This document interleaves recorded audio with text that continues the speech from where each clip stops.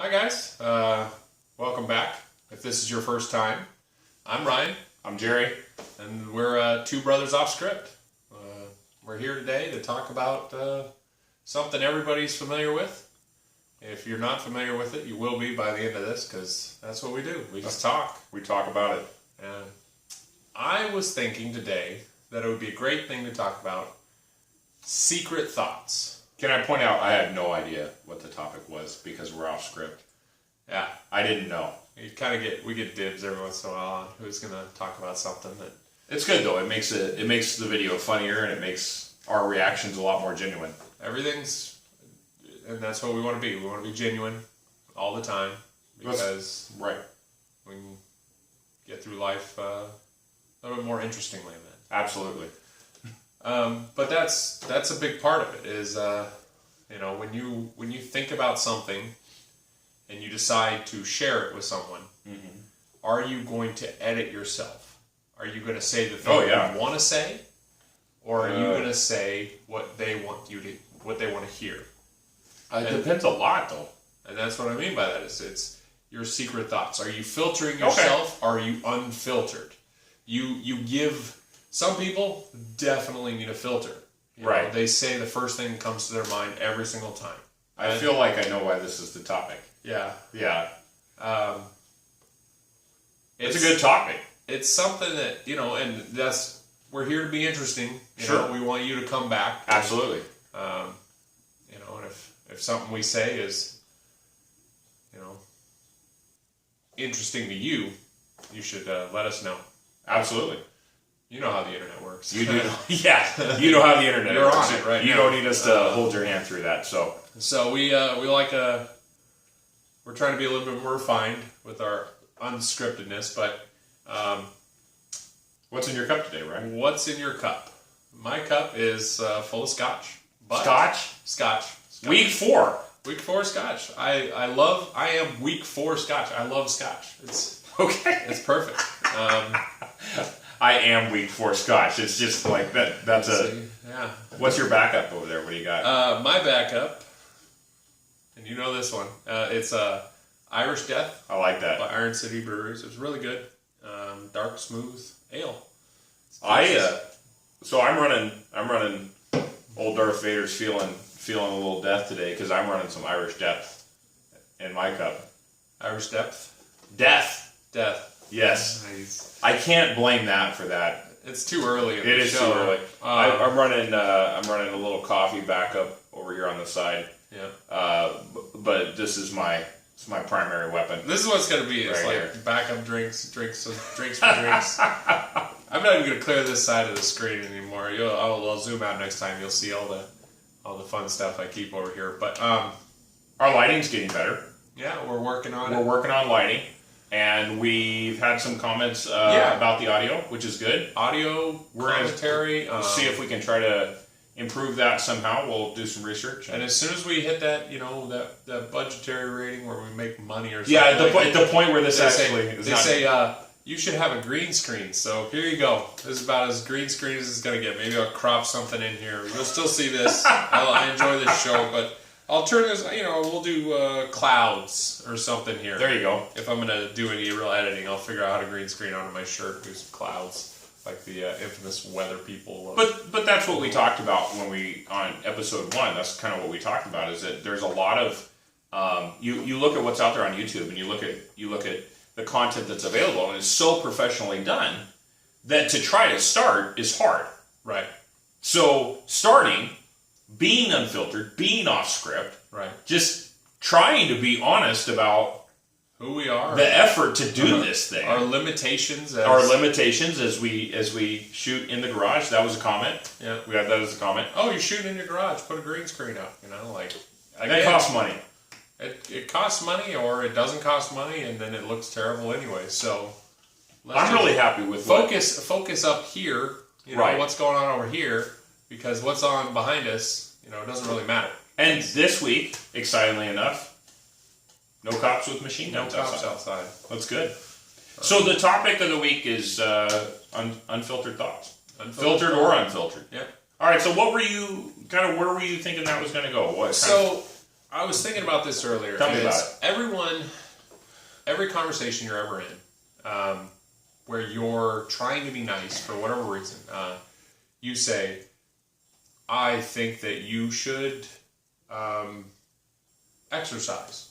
Okay, somebody would say, I really should. That's kind of an exercise unfiltered more. thought, like, I'm not exactly svelte myself or whatever, but I feel like, I work pretty hard in physical, and it's helped me a lot considering how many calories I take in every day. Every Irish Death I drink gets me a little bit closer to the old Irish Death. For more than one reason. But yeah, if I don't tell someone exactly what they should hear, or in my opinion, because that's all anything is my opinion that someone should do something or they shouldn't do something, and how you communicate that should be in a way that is non-confrontational. If you are trying to keep that person as a friend, or it should be empathetic to how they might react. Sure. If like, I think you should do this, and they think it's the worst thing in the world that you even brought up the subject. Well, when you're trying to be helpful, but you're not really. Most of us don't take advice very well, though. If you think, on that topic, right? Like, if you think about it, most of us are not good at hearing that someone else thinks we're failing in some category. Right? It could be financial, it could be relationships, it could be jobs, it could be Which health. is what parents do nonstop. They tell you, oh, you should try this or you should try that. These are options for you, and you resent it. From our topic last week. Yeah, you should get into school, or you shouldn't get into school, or you should do this or you shouldn't do that. But that's hard. Well, yeah. Your parent, kind of has that hold over you for a long time, where you're so used to them giving you the baseline of anything that needed to be said with no filtration whatsoever, because they don't feel like you should be offended by their vast experience that they have, even though it's an ever-changing world. Like, oh, you should be out and you should apply at every job in the world. That was a big thing. Sure. He would That's say, my advice. Or Dad would say, well, he would say it all the time to me whenever I was, looking for a new job or unemployed or complaining about a job, even if it was something that really wasn't what I wanted to do. Go get one then. Just go get a job. Yeah. You should knock down every door in the neighborhood, and that's how you're going to get a job. And I'd always say, well, it's not like it was when you were a kid, Dad. You don't really know this. And I think now that he's somewhat right in that, and it does still apply to this day and age. If you're out there looking for work, and you're not actually looking for work, you're just sitting on the Craigslist or something, and you're going, oh, what's available for jobs, and you're just browsing the titles or whatever, and you don't send in a resume until it looks like the perfect job for you. If it's your quote-unquote dream job off of Craigslist, I'm sorry, but that's just a filler.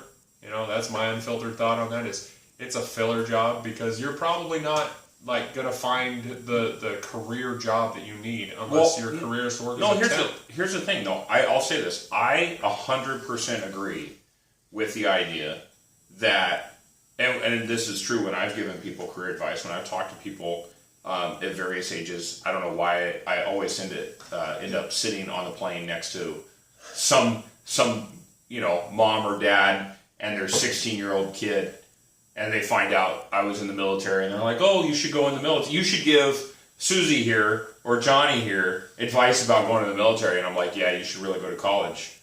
If you can go to college, you should really go to college first.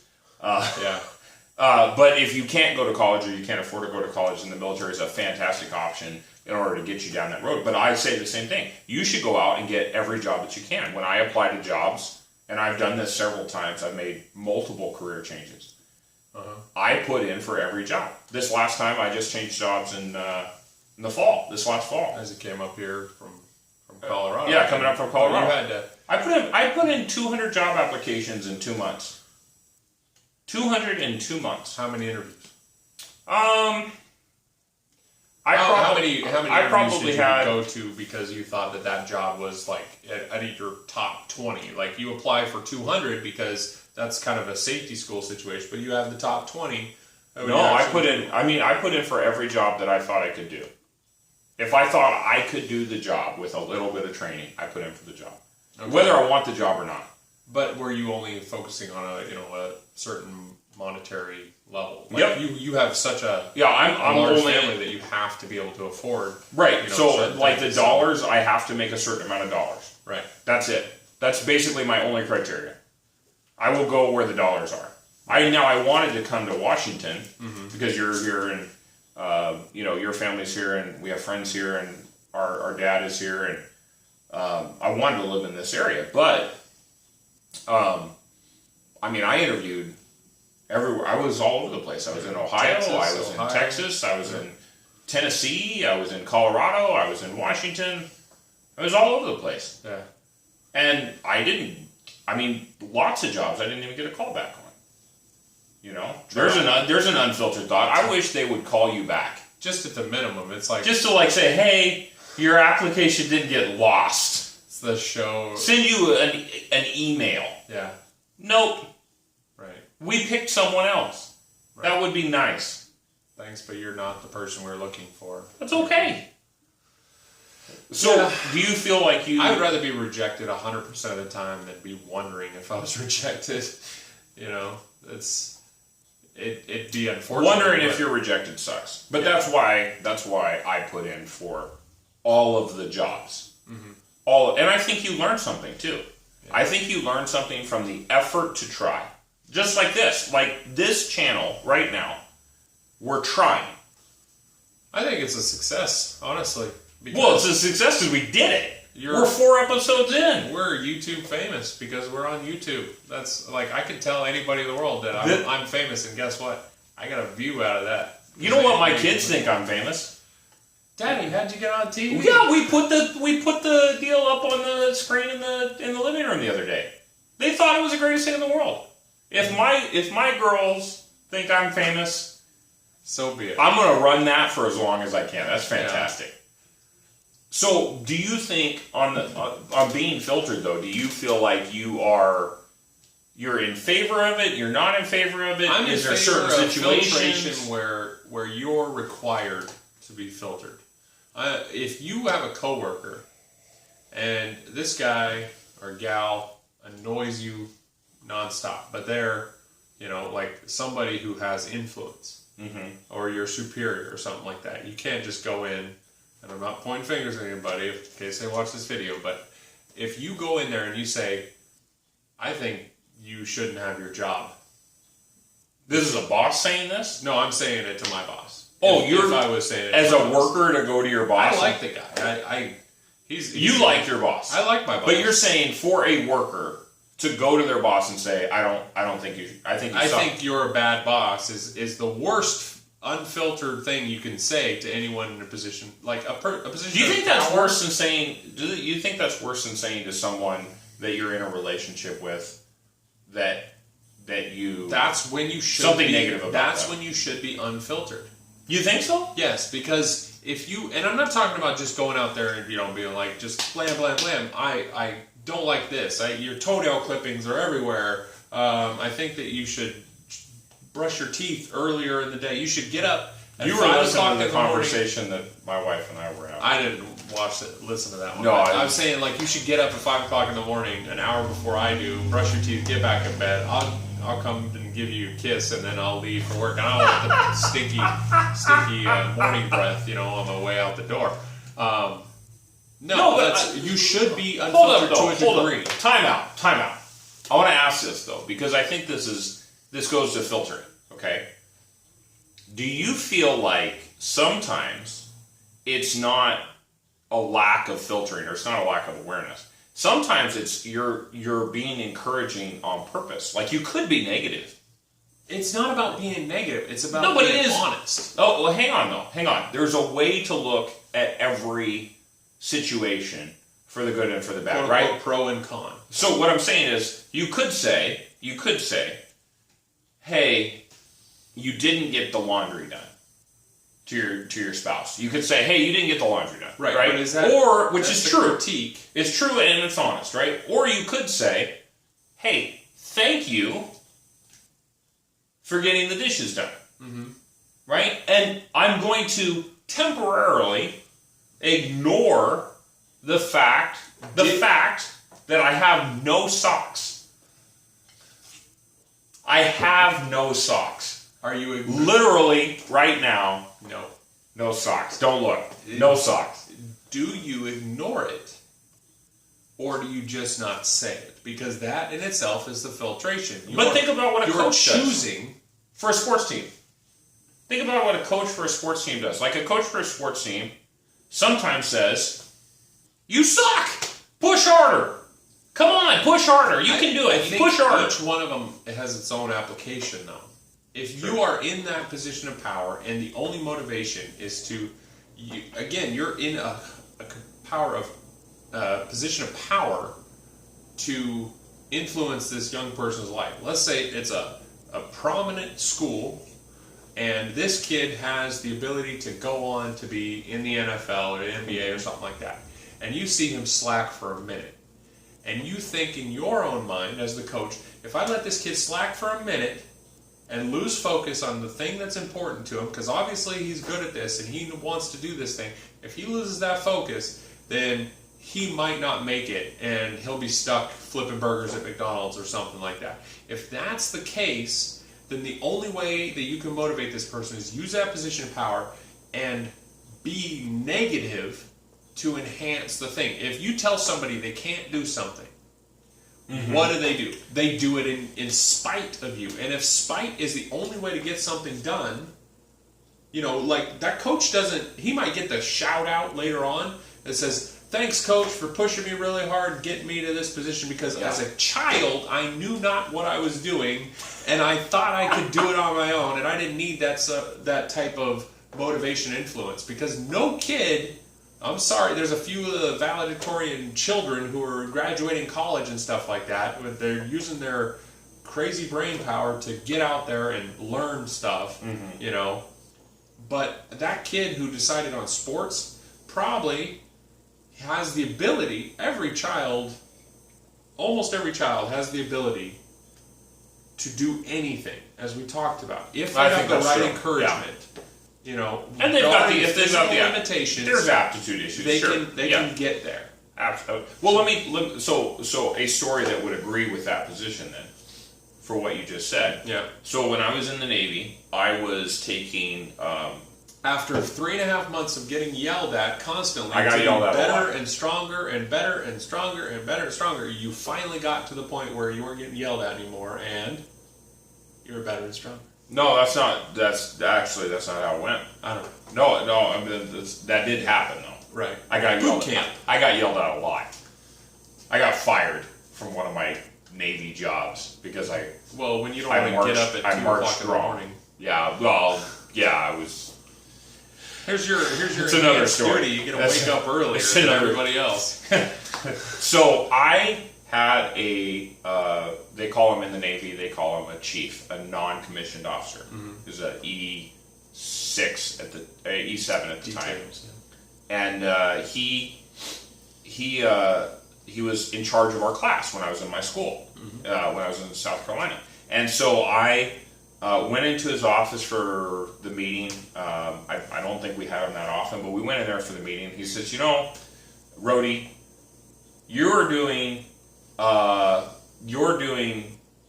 such and such. You're doing so well. He said, but I think you've capped out. I think this is it. I think you're getting like a 3.4, out of a 5.0 scale, I think it was. That's as good as you'll ever be. Yeah, that's what he said. Not good enough. He was like, that's probably it. And he said, and there's nothing wrong with that. And he was really congratulatory. He was like, I think you tried really hard. It's good to find your limits. It's good to find your limits. I really feel like you've done what you can do. And I said, I was like, oh, I felt like crap. I was like, okay, chief, all right. And I went out, like you said, and in spite of what he told me, I was like, I'm going to just put in all these extra. I was so, I look back on it now, I was like, that was really dumb. I probably should have, slept more or tried less, gone to another movie. I don't know. So I went super try hard. Yeah. Super uber, all the way try hard. And I went from like a 3.4 to like, I think I got like a 4.56 out of a 5.0 scale. Pretty good. It was a minus. That was a big improvement for me. For me, it was a big improvement. And I got all the way to the end, and I was like, "See, Chief, I knew I could do it." And I saw him 4 years later, I guess it was, when I lived over by Seattle. I saw him like 4 years later. This guy with chest head? No, different guy. Okay. I saw him, and I told him, I was like, that really motivated me. He goes, "Yeah, that was the point. Huh. The point was telling you that you had capped out. You're never gonna do it. I'll do it anyways." Like, Rudy. Everybody knows that, right? If you haven't seen Rudy, Still wouldn't have made it as a long-term player. It was still a great film. all right, but Have you seen The Waterboy? On the subject of film, that's also funny. yeah. Adam Sandler. Don't say that about my mama. So, yeah, So do you feel like, but I guess coming back to it, do you feel like we should, so what I feel like what I'm hearing from you is like we shouldn't be filtered. every situation, Except with our boss. every situation in your life, when you're in the car about to flip that person off, and then you see that they, were on their cell phone, and that just makes you madder, or you want to chase them down and run them off the road. Like, Hey, now. the steps that you get to, I feel like you decide, is it really worth it? You'll spend more time focusing on the person in front of you and how close you can get to their bumper to scare them or something like that than being a safe driver. Don't do that. Be filtered on the road. Yes, be filtered on the road. You get home from work, a long hard day, and then, hey, can you do this chore for me? You take the trash out right now. I just did my chore. I went and worked. That was my chore, And in an equal relationship, the partnership of the home owner is she does some chores, I do some chores, we switch chores.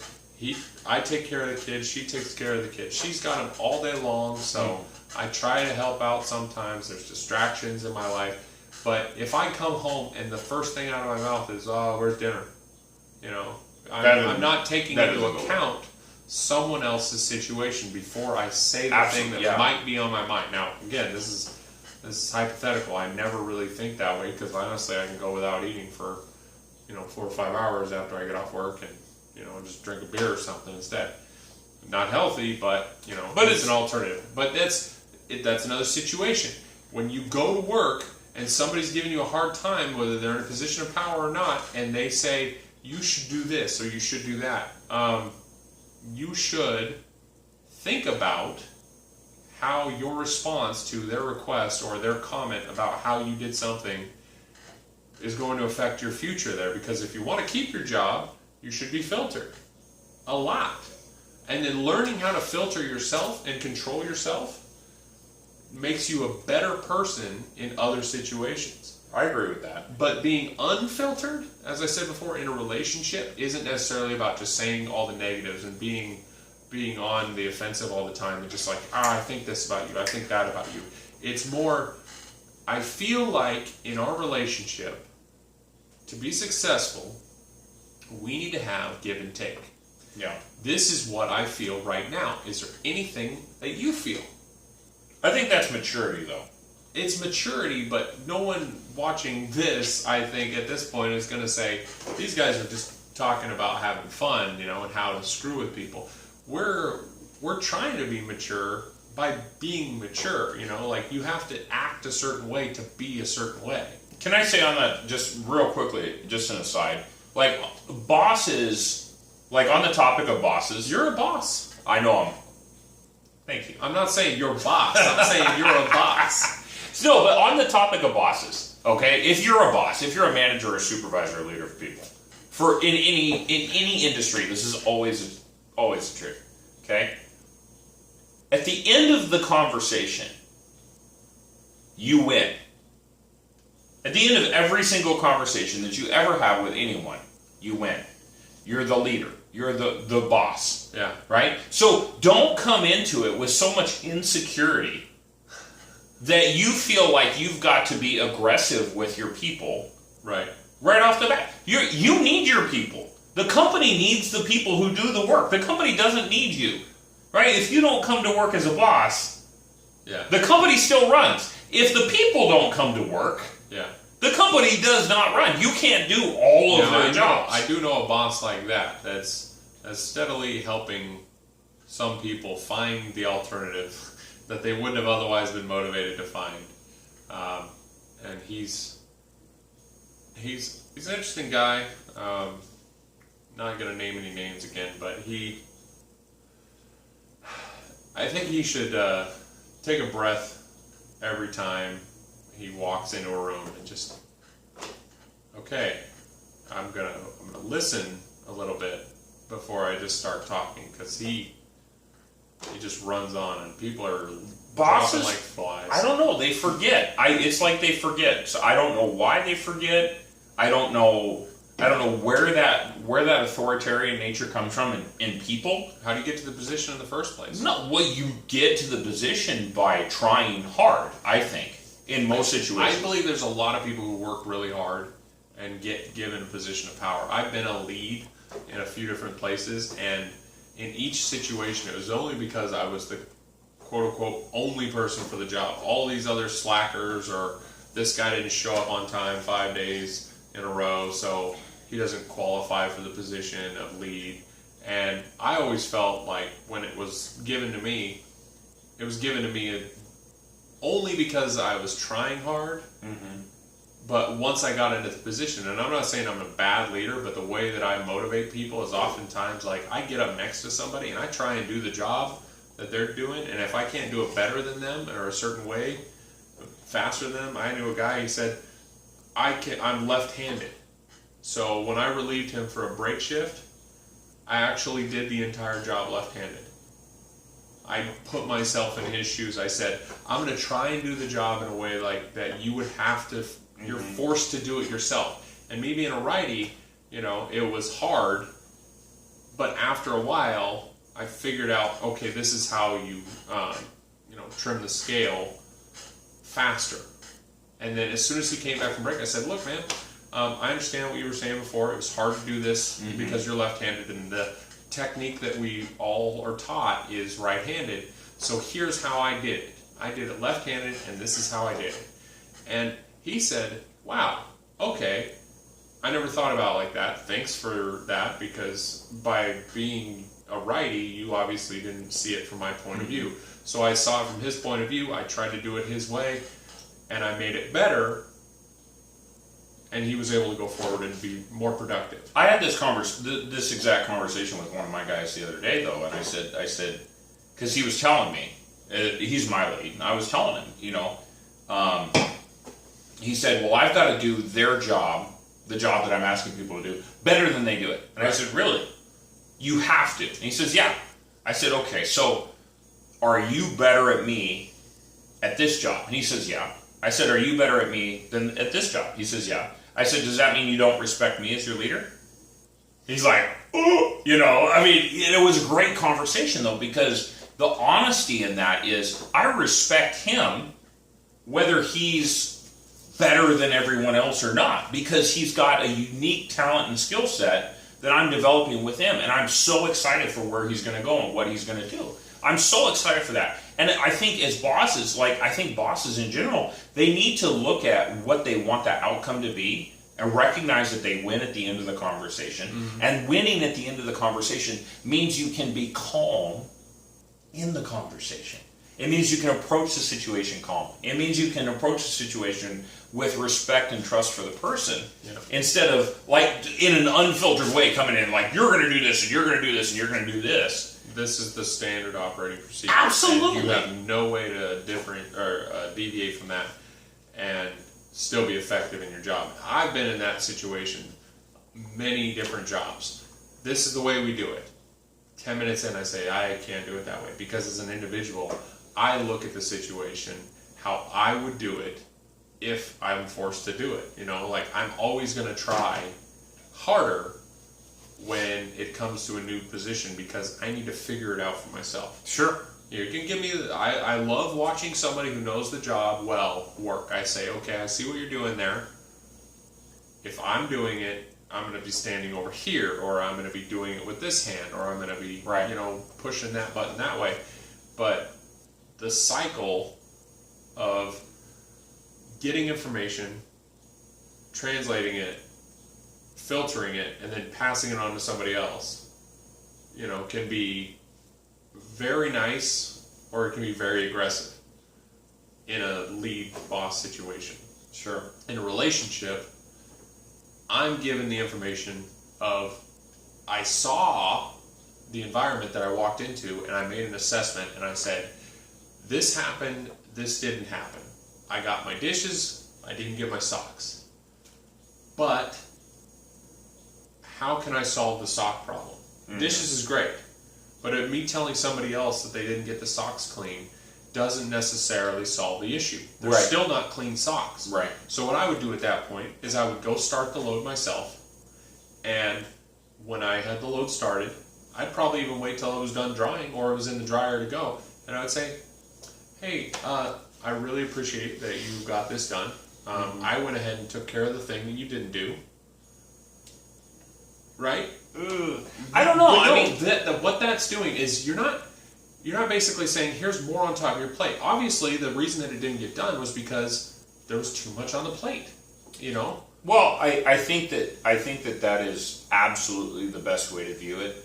It's absolutely the best way to view it. But proceeding that way in the future, now the problem has just been solved, right? Mm-hmm. You had a problem. Even though somebody else didn't fix it for you, being an adult, you fixed the problem. Which you should. You're right. You fixed the problem. You're right. And then you got to move forward saying, you still got to say the thing that you were going to say anyways in a way that was like, look, I made a personal sacrifice, even though it's not that big of a deal to start a washing machine. I know it, but I'm just too lazy to do it most of the time. Sure. But it's just like, I could go run laundry, and I could do the dishes, and I could take care of the cat litter, and I can take out the garbage, and I can sweep the floors, and I can do all the house chores, even after an 8, 9, 10 hour day. But I don't want to. Right.